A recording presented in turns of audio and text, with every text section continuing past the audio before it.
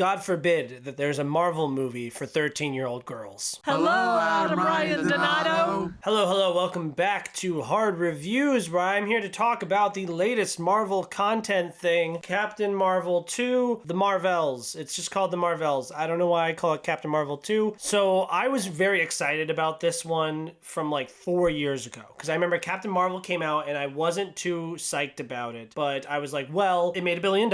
It has a great actress at the forefront of it. It's a good concept, a huge world for us to play in. So I was like, oh, well, they'll learn from their lesson, and when they come out with the second one, we are going to improve upon the mistakes of the first movie. So I was very excited for this one. Then they got Nia DaCosta to direct, who I really enjoyed the Candyman reboot. So I'm feeling pretty good going into this one, and then I noticed that it's kind of like a trio movie. So there's Monica Rambeau, Captain Monica Rambeau, who is from the WandaVision show. She's a S.H.I.E.L.D. agent. She ran into the witch vortex, and now she has light powers, and that's a whole thing. She's also the daughter of Maria Rambeau, who is the best friend of Captain Marvel from the 90s. In Captain Marvel, there's a little girl who like looks up to her. That's this girl now in the future, because it's been like 30 years, and I didn't know this, or I guess I never thought about it, but yeah, Captain Marvel hasn't really gone back very much at all. Like, she kind of was doing her own thing for a long time out in space. Then we have Kamala Khan, who is Miss Marvel, and she had her own Disney Plus show, which I watched half of, kind of enjoyed, and then totally fell off, because I just kind of didn't really care anymore once she became like a superhero. But I thought she's super cute, and she's like dancing and singing to like Be My Baby. It felt like a John Hughesy coming of age type thing. Like, she felt a lot like Spider-Man, and I loved her family and how much personality and how proactive that she was. So I was really looking forward to seeing her on the big screen here, and I thought she would pair really well with Captain Marvel, which she does, in that Captain Marvel is this like, no nonsense, I'm not a part of the team, I'm this lone wolf, blah blah blah blah blah. And Captain Marvel's like the fangirl who's like, oh my god, we're like a team, besties. So I really enjoyed that dynamic. I thought it would bring out the silliness in Captain Marvel a little bit, and it would also serious up Miss Marvel a little bit, which I felt like it really did. Miss Marvel is my favorite part about this movie. She is just so fun, and she's different from other characters that are similar to her, because there's other characters like her who, think Void from Incredibles 2 and Rose from The Last Jedi. These are like fanboy characters, or I guess fangirls, who love the main characters of the franchise. To me, those characters are kind of cringy. I'm watching myself at that point. I am the fanboy, you know, so I don't want to watch movies about me meeting my heroes, because if I meet my heroes, it's going to be me crying. I guess the difference is I'm not really concerned with Captain Marvel's overarching story and her future. I don't really care much for her as a character at all. So when the entirety of her character becomes, well, half of her storyline here is just like, oh, there's this like little girl who loves me. Sure, that's cute and fun. But yeah, and her family is super funny, and they're in a lot of this movie. Monica Rambeau, I kind of enjoyed her because she had a little bit of a heavier storyline here, because I never realized, like I said, that she hadn't seen Captain Marvel in decades. So when they're reunited again, it's kind of like, where were you kind of a thing. But I really enjoy the dynamic between these three girls. The best parts about the movie is when they're fighting with each other, like in tandem, whether or not they are having good chemistry while they're doing it or not. It is a lot of fun to watch these powers and, you know, going back and forth, and it's shot very well. I wrote in my card, I was like, it's interesting to see an MCU movie with the tone and feel of Freaky Friday, because it's not like they're switching bodies, but like whenever they use their powers as the same time as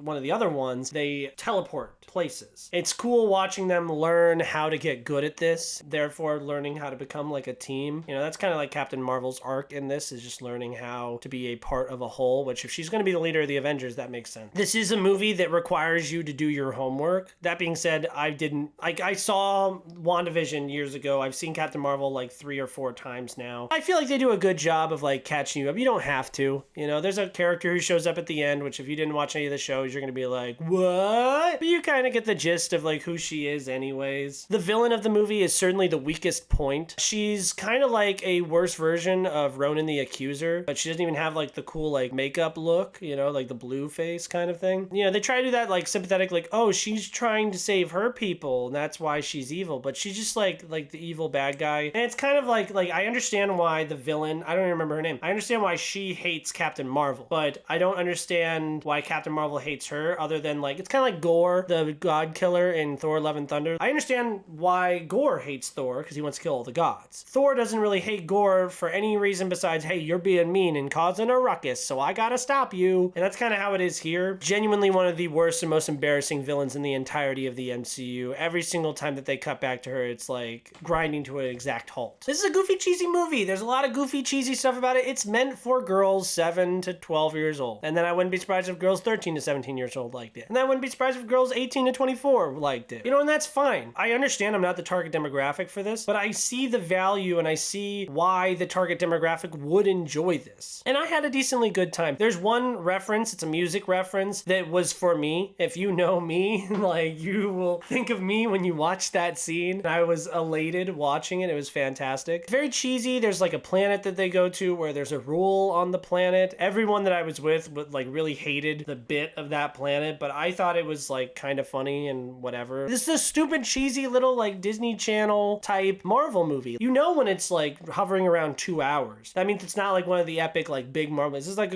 a small aside kind of thing. If you don't like it, that's fine. I give it like a 3 out of 5. I think it's fun generally. I think it's a little bit longer than it needs to be. I think the villain sucks, but I really like the trio here, and I think that this did a good job in making Captain Marvel a little bit more likable, but it also put Monica Rambeau a little bit more to the forefront, and it also gave me a spotlight for Miss Marvel because she is such a fun character, and I'm so happy that she got this opportunity. Without spoiling anything, there's a mid-credit scene in the movie. There's no end-credit scene. They didn't even say like, oh, blah, blah, blah will return, blah, blah, which I hate when they do that. But the mid-credit scene is pretty cool. I actually called it exactly. I turned to my buddy before the movie and I was like, well, I heard that there's going to be a cameo at the end of the movie, or maybe in the mid-credits, where it's a character from, not from the MCU, but from Marvel, who was a great casting choice, but didn't really get a lot of legs to run in the movie that they were in. They show up here and they're a little different from how they previously were. A lot of people are complaining about the CGI. I didn't really care. But I think that the movie's trying to set up Deadpool 3. That's just my thought. I can't even say that's a spoiler because it's just literally like a guess. But I think it's a fun, interesting little direction for them to go in, so I'm kind of excited about seeing where that leads. The next movie is Captain America 4, the one with the Brave New World. It's with Anthony Mackie, and I think that that will be kind of interesting. I mean, it kind of feels like a Winter Soldier situation where it's like, I'm not really excited about it, but I think that's a good thing because I think that they will surprise me and they'll kind of change up how I view this world, like this Marvel world. I think it'll set the table for another Avengers movie. So, you know, I'm decently excited. I know that Marvel's got a lot of bad press lately, and this isn't going to change anyone's minds. If anything, people are going to be so much more mean about it. But remember, this movie is made for 13-year-old girls who like cats, like the animal. Thank you so much for watching this review. Like, comment, subscribe. Tell me what you thought about